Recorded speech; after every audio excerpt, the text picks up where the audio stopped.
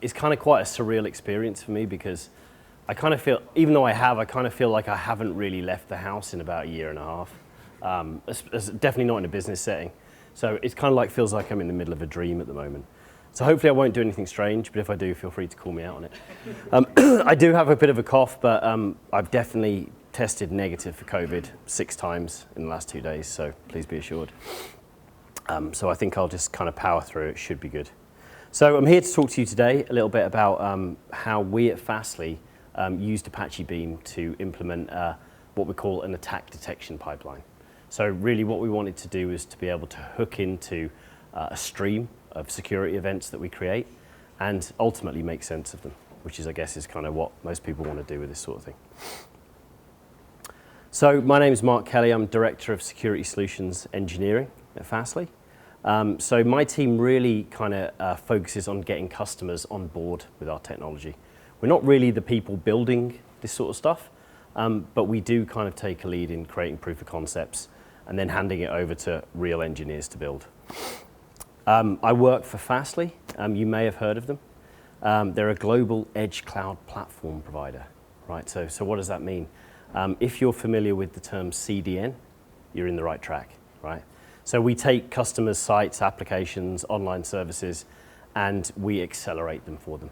We make sure that users all around the globe have like a smooth and consistent and hopefully responsive experience. But we're actually a lot more than a CDN, and I'd be in trouble if I left it at that. We have a lot of edge compute capacity now, so people can create applications using Rust, using TypeScript, and they can be compiled to WebAssembly, and they can be uploaded to Fastly, and they can execute at the edge close to the users that need them. So it's a really exciting platform. Some customers of ours, I'm not allowed to mention too many, but New York Times, Shopify is another one, and Stripe. And you may remember a certain outage of the internet in June, and that might tell you who some of our other customers are as well. So obviously, you know, we had a bit of a bad day that day, but it only lasted an hour. So, you know, I think we handled it pretty well. When we are up, we handle in excess of 800 billion requests a day. So it's a pretty sizable amount of data passing through us. And that's over 19 trillion requests a month. Network capacity of 145 terabits. So we know what a CDN is. So how do we add the kind of security aspect into this? So Fastly has the ability to kind of execute these applications at the edge. And one of these applications that we use is a web application firewall. So if you're not familiar with a web application firewall, its job is to inspect the traffic, look for malicious patterns, and then either take action like block or report on it, and hopefully protect the customer's origin. So that's the goal, that's what we're trying to do. Now, a key aspect of this is visibility. So we really need to see what the WAF is capturing. We need to understand kind of what the attacks look like, and ideally we need to do this in real time. So that's where things like Beam and Dataflow and a lot of the Google infrastructure come in and help us. So the kind of problem that we really need to solve, we've got this amazing WAF, we've got Fastly, and we really just needed to be able to hook into this fire hose of near real-time logs and get it into a form that people can start working with. Now, we weren't coming from nothing. We had an Elasticsearch-based solution using, I guess it was Logstash going through to Elasticsearch. We had like a custom binary in the middle of it that attempted to merge everything. And it had held on for about 4 years. And now we started to see it like creaking at the seams as we started to become more successful. So we really needed to find something that was going to scale to meet the levels of demand. And we really wanted to be able to make sure we were handling around kind of 1 million log lines a second kind of going forward. And actually just a quick dip into the kind of logs and what they look like. So for the context of security, we want to capture HTTP request logs. So when you fire a request through to an application, if there's something suspect in it, we're very interested in capturing that. And that includes a lot of the headers, the cookies, all that sort of stuff. And then for each kind of WAF signal that's fired for that request, we capture a log event for that as well.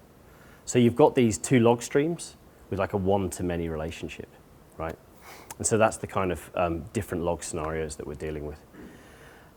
But rather than kind of replicate what we've got, we also really want to collect additional data on top of this, because these HTTP request logs and the HTTP connection metadata, things like the TLS handshake information, the IP addresses, the ASNs, all that sort of stuff, this is really valuable data for us to kind of go further than just pattern matching for security, but to start to understand the actual patterns in the data and why certain IPs are attacking and what the buildup looks like and all that sort of stuff. So we're really super excited to kind of capture this data and get it to a form that people can work with. Our existing Elasticsearch infrastructure was just problematic trying to get into that. So this was the solution. So this was something that I cooked up initially. And basically we were going to go for as kind of zero ops as possible, really. So the idea was that we would use all the existing Google services and avoid having to kind of hand crank stuff ourselves. So we have this system over here called Bullet, and this is a Fastly system that generates something like 15 trillion log lines a month. It's amazing, does it all in real time, and you can send it to kind of any number of different logging endpoints, AWS, GCP, that sort of thing. So in this case, we were going to send it through to Google Cloud Storage, so put it into a bucket, essentially. And then from there, we'd generate a notification to PubSub. That would go into Dataflow. And then Dataflow would pull the logs in, do the enrichment and the aggregation that we wanted to do, and then do streaming inserts into BigQuery. And kind of more importantly, get it to the people that needed to start working with this data, right? So that we could kind of free it up and start extracting some value out of it. So this was the plan. And as we're still in a proof of concept stage, I'm trying to prove the value to the business. I got stuck in with the amount of Python that I know. I know enough to be dangerous, but not much more than that. And I started hacking away. And this is the beauty of, I think, things like Dataflow. It's very easy to get started. Very, very easy. It's also the downside of Dataflow, in that you can get started, you can go so far with it, and maybe not fully understand what's going on behind the scenes. And you will have to understand what's going on behind the scenes. So in this pipeline that you can barely see here, we've got two inputs, essentially. So we had the logs coming in one input, and then we had threat intelligence coming in the other. So we'd process the logs as they came in, and every time we updated our threat intelligence data set, we'd have it generate a notification into the pipeline. So two inputs. We'd then go through and probably do quite a lot of fairly standard stuff. We'd validate the log entries coming in, enrich them. We'd do the matching with threat intelligence. We'd then generate a bunch of aggregations, and we'd stream all of this stuff through to BigQuery. And if it went south, we'd stream it out to GCS if there was some problem with writing the logs. In general, it worked pretty well. Notifications came in from PubSub. It makes it nice and easy. You just pick up the log address, and then we use the read all from text transform, and that expanded these elements out to, as you can see, well, you can't see here, but from one element to 1,440 elements in this case. So we had log files coming in, and then just expanding the contents of those log files out to P collections. This worked pretty well, at least at fairly low traffic levels at the moment. And we actually found that keeping the log files small worked pretty well. The whole operation of going out and reading log files from GCS was super fast. So we didn't need to have big log files that we kind of read in. It was better to just have the smaller log files appearing more frequently. And then we had this slowly changing side input in the pipeline. So we would have a separate process in GCP that generated a threat intelligence data set.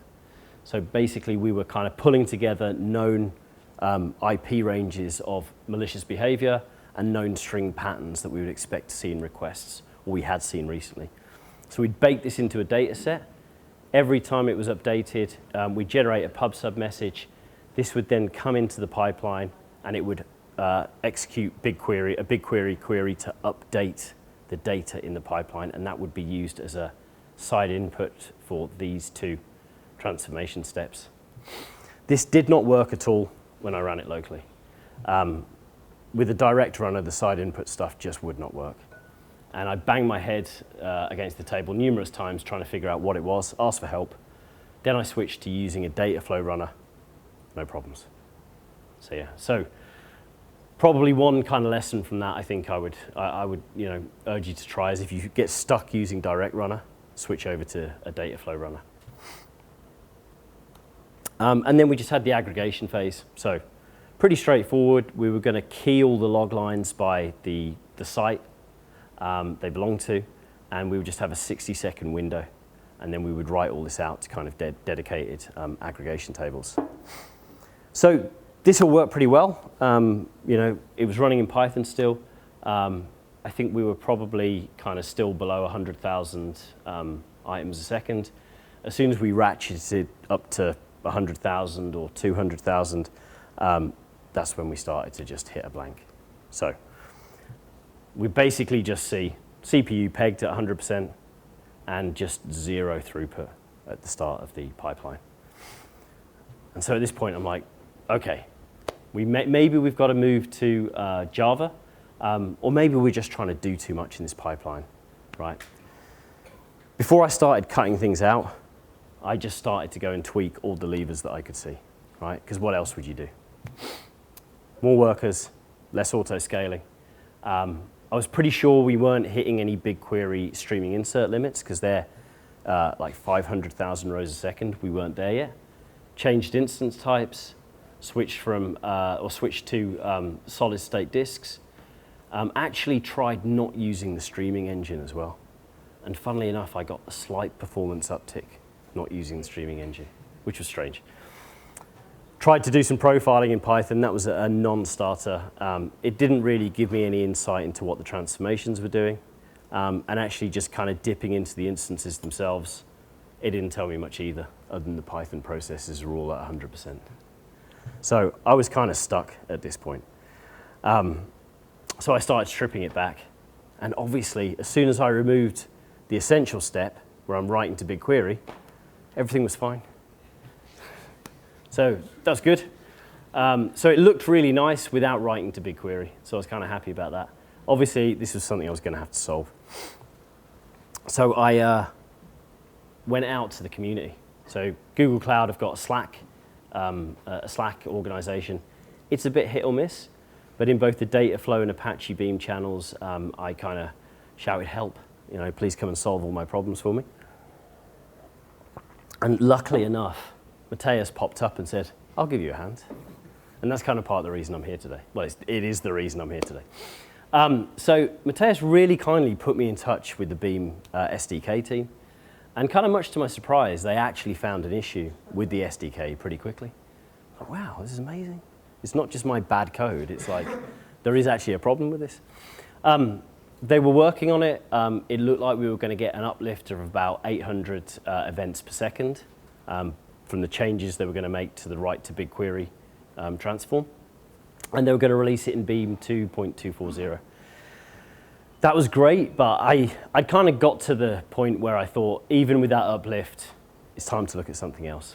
And I'm probably not going to wait for that release either. So in my wisdom, I decided to start writing the pipeline in Java. And I haven't written any Java before, so I thought this would be fun. Much like anybody else, I did a lot of Googling. I found a great example on Medium of somebody who'd done an air quality data pipeline in Kotlin. And I quite liked Kotlin. I'd never seen it before, but I think for an introduction to Java, it kind of felt a little bit more Python-y. So I actually got up and running with that, and I wrote part of the pipeline in Java. So this is definitely not an ideal solution.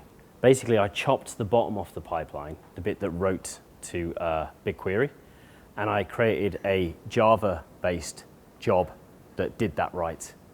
And I plumbed the two together using PubSub. Now, this worked. It gave us the throughput. Everything worked fine. It's probably the most costly solution I could have come up with. Right? I had multiple PubSub streams coming out of these and multiple jobs running to process the data. So this was never going to fly for too long. But what it did do, because we're still in a proof of concept stage here, it kind of showed that at least we could get this data through and we could start writing it and we could get people working with it.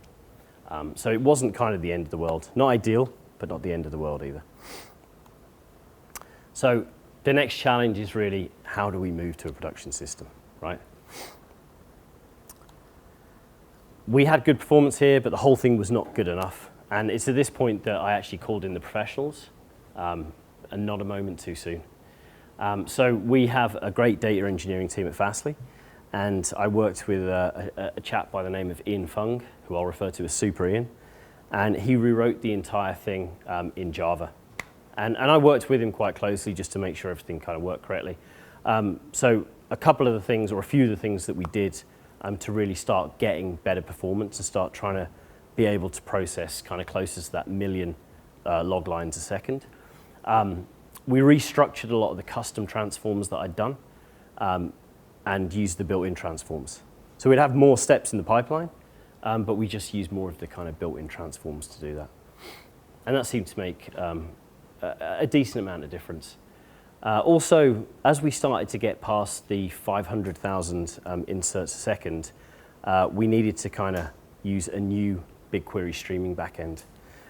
So this would allow us to get up to 1 million inserts a second. And really the only way that you can do this is by kind of removing the deduplication guarantee. So using ignore insert IDs. So that's fine. We'd have duplicate data in our data set, but we could live with it because we'd have IDs. Our querying could kind of make sure that we kind of filtered those out. Other things we were running into, when we were doing the aggregations, we were getting a lot of hotkeys, and this kind of combined per key with hotkey fan out really helped make sure that that load was not consigned to a single worker. So we didn't have one machine pinned at 100% while the rest of them were kind of merrily chugging along doing nothing. And then really controlling the kind of sharding and batching when writing to BigQuery also made quite a significant difference to us. And so I'm not sure kind of how much people are aware of these. That probably shouldn't be there. But the first two, max streaming rows to batch and streaming batch size. So these are really just about kind of setting how many rows that you're going to batch up every time you stream to BigQuery, every time you're sending data to BigQuery. And kind of how you tune them is really kind of up to you and how, down to kind of how much data is in your inserts. So I think there's a limit on the request size that you can send to BigQuery. I think it's something like 10 meg or something like that. So you need to be careful that your batch fits into that. But you can actually send anything up to 50,000 rows in a batch to BigQuery. I think that's the maximum. I'm not sure you would do that. But the thing is, these two parameters here are something that you should probably look to tune based on your use case, because the batching does make quite a difference. And then the last two, really, the num streaming keys and the bundle parallelism. So these were kind of not particularly well documented, but they were provided to us by Google support. So num streaming keys was really just configuring the number of parallel keys used for streaming inserts. And I thought it was interesting that you really needed to calculate this based on the maximum number of workers that you had and the CPUs per worker. And actually, if you had something less, I mean, its default is 50, if you had something less than the number of workers and CPUs that you had, some of your workers would be sitting there idle when you could be achieving better throughput. So this seemed like a kind of pretty important thing to be able to tune if you want to get that kind of high level of throughput. And bundle parallelism kind of goes hand in hand with that as well. So it's setting the maximum number of concurrent threads used per streaming key for inserts. And again, we kind of tuned this and played with it and found that if we got the right values in there for our use case, it really made a huge difference in being able to start getting up to 1 million log lines into BigQuery. So those are definitely two important things to look out for. There is an auto-tuning feature now, which maybe would have helped us. So if you Google for, if you're using Dataflow and you Google for auto-tuning of these parameters, there's a pretty helpful article that comes up.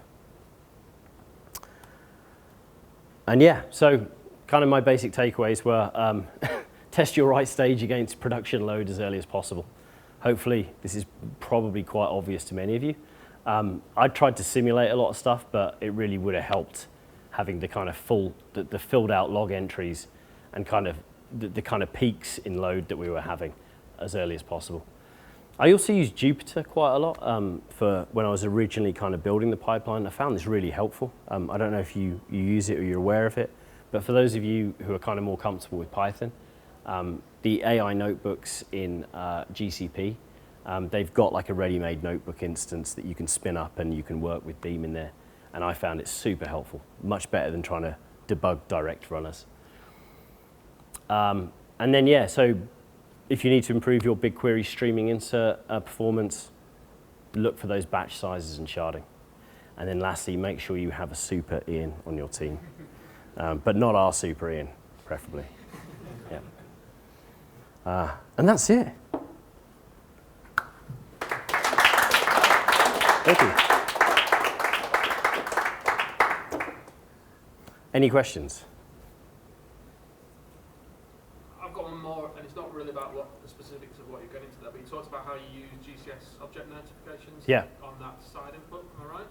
Yes. Oh, no, sorry, no, that was on the main kind of log input. Okay. Yeah, the object notifications. So we're about to start building Beam pipelines to do something very similar, reacting to GCS object notifications, but we're worried about, so a file gets dropped in, we react to it, we load it in, but we're worried about schema evolution, because the third party that's supplying those files will change those. Yeah. They'll give us notice. Yeah. But it's a general question. Yeah. Has anyone dealt with that problem, and how do you deal with it? Yeah. I mean, we built, I'm sure people have lots of good ideas. I think we built into the kind of logline format a schema ID or a schema number. So at least we'd opened up the door for when these logs come in. We'd be able to look at the schema number and maybe handle it differently. Or even maybe, so PubSub has attributes on a message. So you could potentially route the PubSub message to a different data flow job. I think, don't quote me on that, but I think you could maybe do something like that. Okay, yeah. Thank you.